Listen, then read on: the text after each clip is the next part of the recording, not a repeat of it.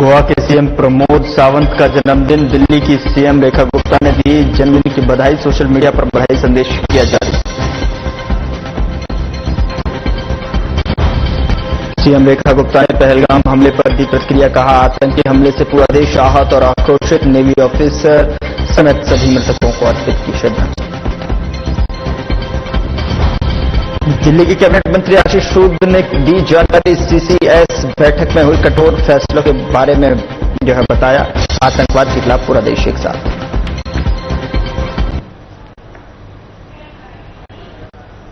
नमस्कार, मैं हूं आपके साथ गौरव राजेंद्र। बुलेटिन की शुरुआत करते हैं। दिल्ली की मुख्यमंत्री रेखा गुप्ता ने गोवा के मुख्यमंत्री प्रमोद सावंत को जन्मदिन की हार्दिक शुभकामनाएं एवं बधाई दी है। उन्होंने पोस्ट में लिखा कि ईश्वर से प्रार्थना है कि आप सदा स्वस्थ, दीर्घायु एवं ऊर्जावान रहें। आपके कुशल नेतृत्व में गोवा विकास, सुशासन और जनकल्याण की दिशा में निरंतर अग्रसर होता रहे।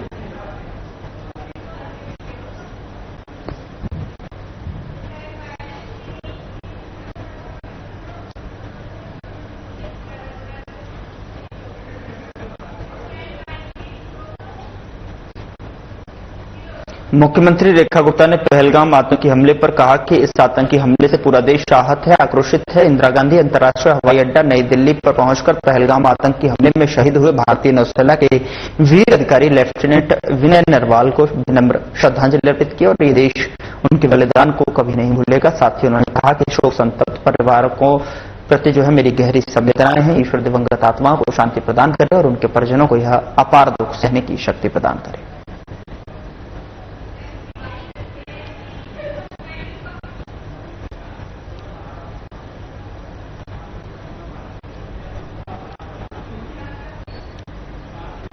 दिल्ली सरकार के कैबिनेट मंत्री आशीष सूद ने सोशल मीडिया पर जानकारी साझा करते हुए लिखा कि जम्मू कश्मीर के पहलगाम में हुए नृशंस आतंकवादी हमले के बाद पीएम मोदी ने सुरक्षा मामलों की कैबिनेट समिति की एक उच्च स्तरीय बैठक की अध्यक्षता की है, जिसके दौरान निम्नलिखित महत्वपूर्ण निर्णय लिए गए हैं, जिसमें सिंधु जल संधि का निलंबन, अटारी बगहा सीमा को बंद करना, पाकिस्तानी सैन्य सलाहकारों को निष्कासित करना और राजनयिक स्तर को कम करना है। पाकिस्तानी नागरिकों के प्रवेश पर प्रतिबंध और वीजा निस्तारण और सशस्त्र बलों के उच्चतम अलर्ट पर रखा गया है।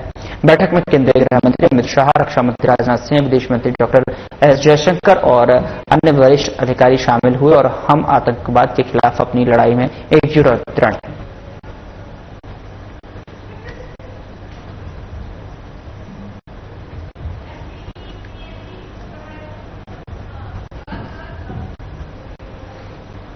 दिल्ली सरकार में कैबिनेट मंत्री परवेश साहिब वर्मा ने सोशल मीडिया पर ट्वीट कर जानकारी दी है कि जम्मू कश्मीर में हुए कायराना आतंकी हमले के बाद में पीएम मोदी की अध्यक्षता में कैबिनेट कमेटी ऑन सिक्योरिटी की आपात बैठक बुलाई गई है। इसमें आतंक के खिलाफ एक के बाद एक निर्णायक फैसले लिए गए हैं। पाकिस्तान को अब साफ शब्दों में संदेश दे दिया गया है, अब बर्दाश्त नहीं, सीधा एक्शन होगा। सरकार के द्वारा लिए गए सख्त फैसलों की जानकारी देते हुए कहा कि भारत में पाकिस्तानी दूतावास होगा बंद, सिंधु जल संधि पर तत्काल प्रभाव से रोक और अटारी बॉर्डर बंद, भारत में पाकिस्तानी उच्चायोग बंद। ये सिर्फ शुरुआत है, अब हर आतंकी हमले का जवाब निर्णायक होगा।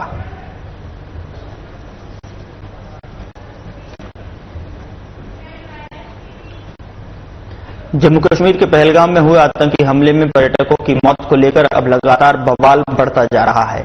लोग इस घटना के बाद काफी आक्रोशित और गुस्से में हैं। जगह जगह इस घटना को लेकर अब विरोध प्रदर्शन और कैंडल मार्च निकाला जा रहा है। वहीं करोड़बाग के टैंक रोड में भी बड़ी संख्या में लोगों ने कैंडल मार्च निकाला और पहलगाम में हुई घटना की निंदा की और साथ ही सरकार से मांग की कि आतंकवादियों को उनके स्थान पर भेज दिया जाए।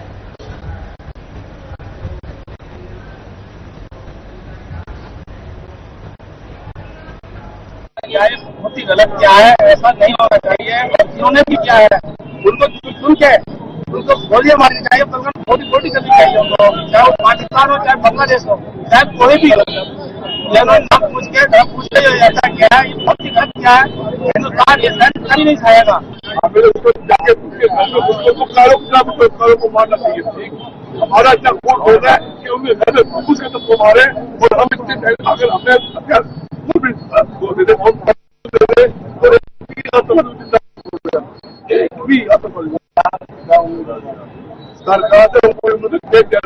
कांड किया, together और I would like to चाहिए ऐसा ही एक मासिक 10 बार होना चाहिए। तरह से कश्मीर में खुशहाली आ रही थी, जिस तरह से कश्मीर में टूरिस्ट बढ़ रहा था, तो ये आतंकवादी कभी नहीं चाहते कि वहाँ पर सुख शांति रहे। और उसके बाद वो तो भाई कश्मीर है, कोई हमारे अंदर आने को तैयार है। ये चीजें इन आतंकवादियों से, और ये जो आतंकवाद के आका है पाकिस्तान और बांग्लादेश, ये इनसे सहन नहीं हो रही।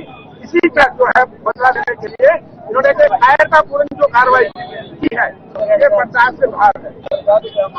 ये मोमबत्ती की ज्वाला नहीं है, ये ज्वाला 140 करोड़ हिंदुस्तानियों में ही नहीं, हर वो इंसान धरती पे जो मानवता को मानता है उसके सीने में चल रही है। आज इन्होंने मानवता पे हमला किया है। हमारी मांग है सरकार से इनको मारा जाए और अब वक्त आ गया, अब पीएफओ को अपना करने का वक्त आ गया। पहलगाम में हुए आतंकी हमले में बीजेपी नेता आशीष सूद ने कहा कि अपनों को याद और खोने का दर्द हर भारतीय को है और यह पीड़ा इतनी गहरी है किसी भी शब्दों में व्यक्त नहीं किया जा सकता। उन्होंने इंदिरा गांधी अंतर्राष्ट्रीय हवाई अड्डे नई दिल्ली पर पहुंचकर भारतीय नौसेना के वीर अधिकारी लेफ्टिनेंट विनय नरवाल को श्रद्धांजलि अर्पित की। इस दुख की घड़ी में पूरा राष्ट्र शोकाकुल परिवारों के साथ खड़ा है। ईश्वर वीर आत्मा को शांति प्रदान करे और परिजनों को यह असहनीय दुख सहने की शक्ति दे।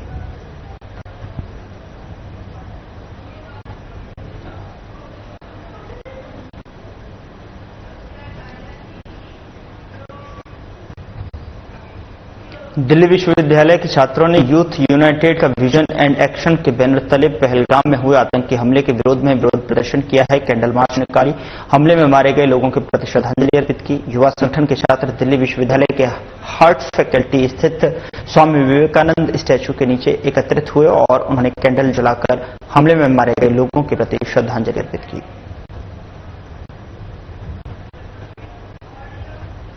कश्मीर में देखा कि कश्मीर में किस तरह हिंदू जो पर्यटक उनके वहां पे गए थे उनसे उनका नाम पूछा गया। नाम पूछने के बाद जब उनके जो आतंकवादी थे, जिस धर्म को वो मानते थे, उस धर्म को मानते हुए उन्होंने उसको चेकिंग करने के लिए उसके कपड़े उतरवाए। जब ये कंफर्म किया गया कि वो हिंदू है, उनको गोली मार दी गई। अब जरा विचार कीजिए, वह देश है जहाँ हर समुदाय का हम इज्जत सम्मान करते हैं, वहीं इस देश में एक जो राष्ट्र है जिसमें सबसे ज्यादा संख्या हिंदुओं की है, उसी हिंदुओं को बीच चौराहे पर कत्ल कर दिया जाता है।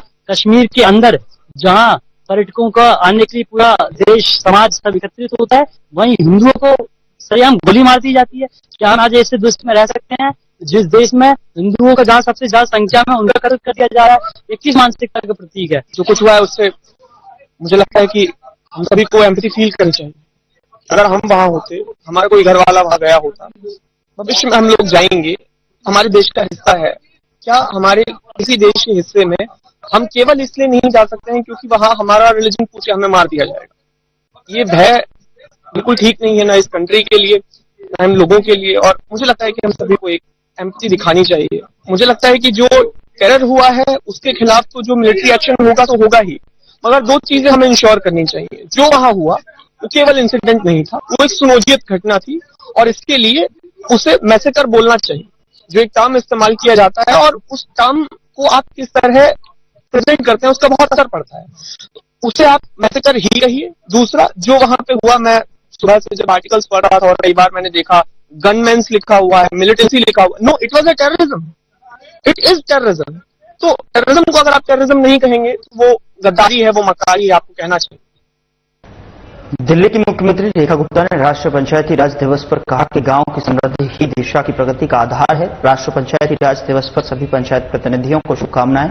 दिल्ली सरकार ग्राम स्तर पर जनभागीदारी और सशक्त लोकतंत्र के संकल्प के साथ कार्यरत है। राष्ट्रीय पंचायती राज दिवस के अवसर पर सीएम रेखा गुप्ता ने ट्वीट करते हुए प्रतिनिधियों को और शुभकामनाएं साझा की हैं।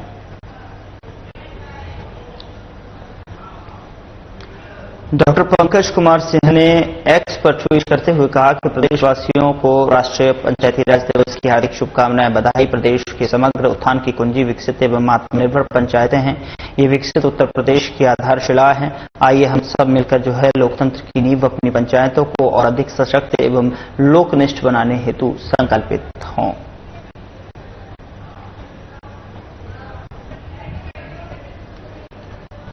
तो ये सोशल मीडिया पर ट्वीट आप देख रहे हैं। राष्ट्रीय पंचायत राज दिवस की बधाई यहां पर दी गई है।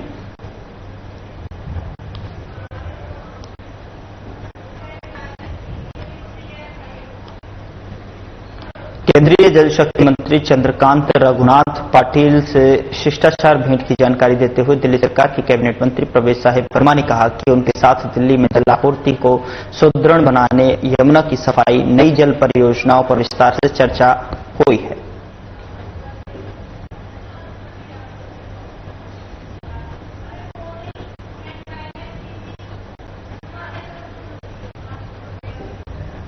दिल्ली के कैबिनेट मंत्री रविंद्र सिंह इंदिराज ने दिल्ली सहकारी आवास वित्त निगम लिमिटेड के सभी उच्च अधिकारियों के साथ में समीक्षा बैठक की, जिसमें दिल्ली वासियों को खासकर झुग्गी और कच्चे मकानों में रहने वाले को सस्ते ऋण प्रणाली के जरिए अपने अपने घरों के सपने को पूरा करने की योजना पर काम करने के निर्देश दिए हैं। मंत्री रविंद्र सिंह इंदिराज ने बैठक ली है और यहां पर बैठक लेते हुए उन्होंने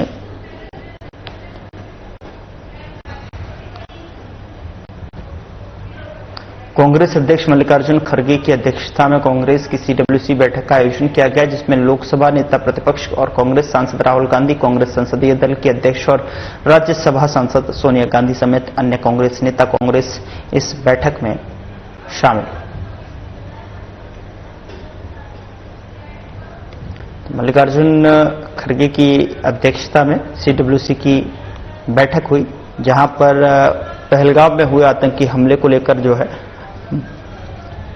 मौन व्रत रखकर जो है ये सीडब्ल्यूसी बैठक का शुरुआत की गई और जहां पर सोनिया गांधी, मल्लिकार्जुन खड़गे, राहुल गांधी, प्रियंका गांधी, सलमान खुर्शीद और सभी जो बड़े चेहरे शामिल हुए।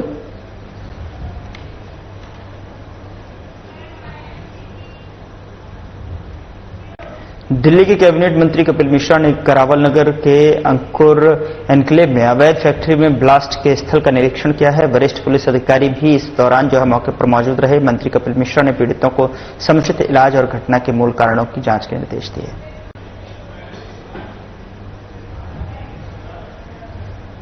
कारणों की जांच के निर्देश भी यहां पर दिए गए हैं और अवैध फैक्ट्री में ब्लास्ट को लेकर जो है यहां निरीक्षण किया गया है कपिल मिश्रा की तरफ से और जहां अधिकारी भी मौजूद रहे। तो किस तरीके से ये ब्लास्ट हुआ, इनके पीछे के कारणों को जो है यहां परखा जांचा गया है और अंकुर एन्क्लेव में मंत्री कपिल मिश्रा की तरफ से ये निरीक्षण किया गया है।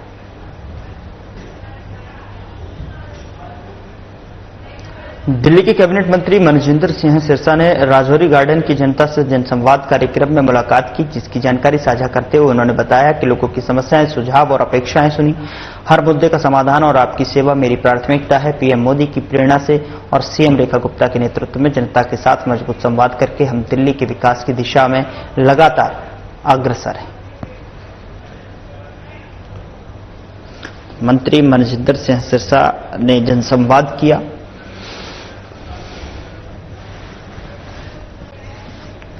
उन्होंने कहा कि लोगों की समस्याओं को सुनते हुए सुझाव भी सुने हैं, समस्याओं को भी जाना है और उनसे जनसंवाद करने के लिए लगातार प्रधानमंत्री नरेंद्र मोदी के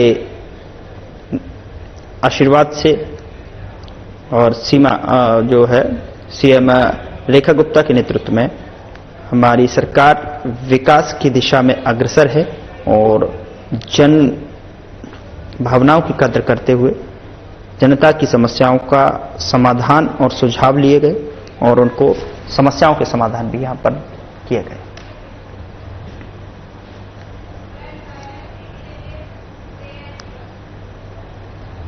दिल्ली सरकार में कैबिनेट मंत्री रविंद्र सिंह इंदिराज ने कहा कि जनता दरबार सिर्फ एक औपचारिकता नहीं है, ये जनता की आवाज सुनने और उनकी समस्याओं को समझकर समाधान करने का पहला कदम है। हर मुलाकात एक नई जिम्मेदारी की याद दिलाती है। जनता दरबार औपचारिकता नहीं, यहां पर ये उनकी समस्याओं को समझने का उनके साथ जुड़े रहने का, उनके साथ एक लगाव और अपने क्षेत्र में चुनकर आने का एक जिम्मेदारी का एहसास भी कराता है। और जिस वजह से जो है वहाँ के लोगों से उनकी समस्याओं के बारे में जानकारी लेकर उनका समाधान कराने की जो जिम्मेदारी होती है वो एक नई ऊर्जा भरती है।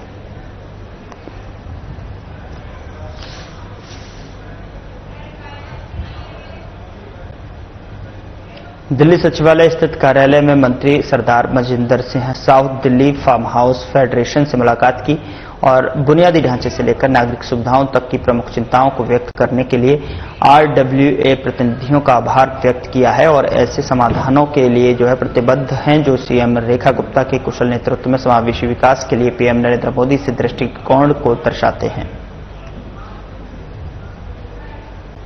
सभी चिंताओं को जो है यहां व्यक्त किया है और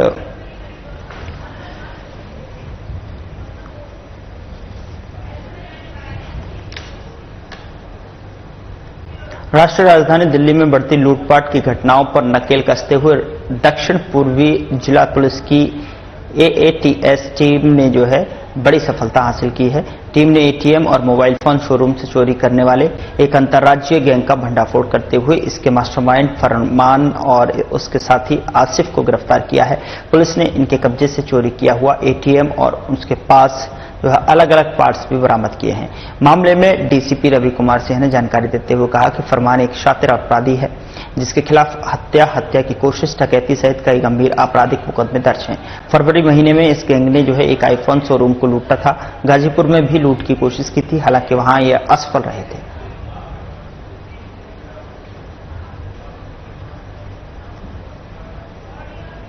गोविंदपुरी में एक ATM उखाड़ने की वारदात सामने आई थी जो 27 तारीख को, जिसमें हमने मुकदमा दर्ज करके इन्वेस्टिगेशन स्टार्ट की। गोविंदपुरी पुलिस और हमारा जो ATS स्टाफ है, इन लोगों ने काफी अच्छा काम करते हुए एक इंटरस्टेट गैंग को पकड़ा है जिसमें एक जो क्रिमिनल मास्टरमाइंड है फरमान, इस पे काफी मुकदमे हैं। 40 साल का ये है और 25 के करीब मुकदमे हैं, murder, attempt to murder, burglary और रॉबरी के। और अभी जनवरी में ये छूट के आया है। इसने पीछे अपने एक साथी का भी मर्डर किया था 2017 में, जिसमें ये काफी टाइम अंदर रहा है। तो इनका मोडस ऑपरेंडी रहता है चोरी की गाड़ी से रेकी करते हैं और शोरूम्स जो फोन के हैं या ब्रांडेड कपड़ों के जो स्टोर हैं या ATM, इन 3 एस्टेब्लिशमेंट्स को ये टारगेट करते हैं। थाना करावल नगर के अधिकार क्षेत्र में अंकुर एनक्लेव के मुख्य नाला रोड स्थित एक मकान में आग लग गई और आग की सूचना मिलते ही पुलिस की टीम मौके पर पहुंची। दिल्ली अग्निशमन सेवा को सूचित किया गया। 4 दमकल की गाड़ियों ने जो है आग पर काबू पा लिया। जानकारी के अनुसार 2 व्यक्ति अवैध रूप से ग्रीन पटाखों का निर्माण करते थे, जिसमें एक व्यक्ति घायल हो गया जिसे इलाज के लिए अस्पताल में भर्ती कराया गया है। वहीं वरिष्ठ पुलिस अधिकारी घटनास्थल पर मौजूद हैं। अपराध टीम और फोरेंसिक विज्ञान प्रयोगशाला की टीम घटनास्थल का विस्तृत निरीक्षण कर रही है। कानूनी कार्रवाई शुरू कर दी गई है, आगे की जांच जारी है। तो दमकल की गाड़ियों ने आग पर काबू पाया। बताया जा रहा है कि यहां पर ग्रीन पटाखे का निर्माण किया जा रहा था। दमकल की गाड़ियों ने समय रहते जो है वहां पहुंचकर कड़ी मशक्कत के बाद आग पर काबू पाया।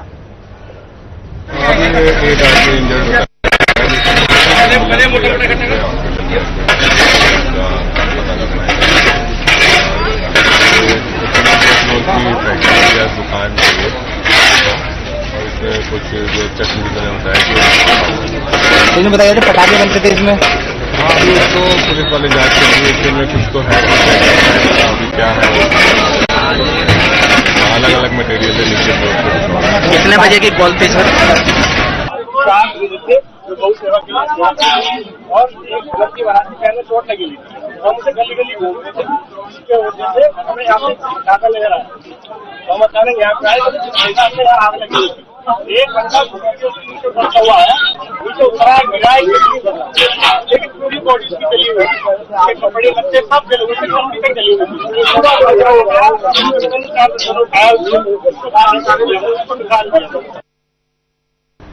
फिलहाल बुलेटिन में इतना ही। नमस्कार।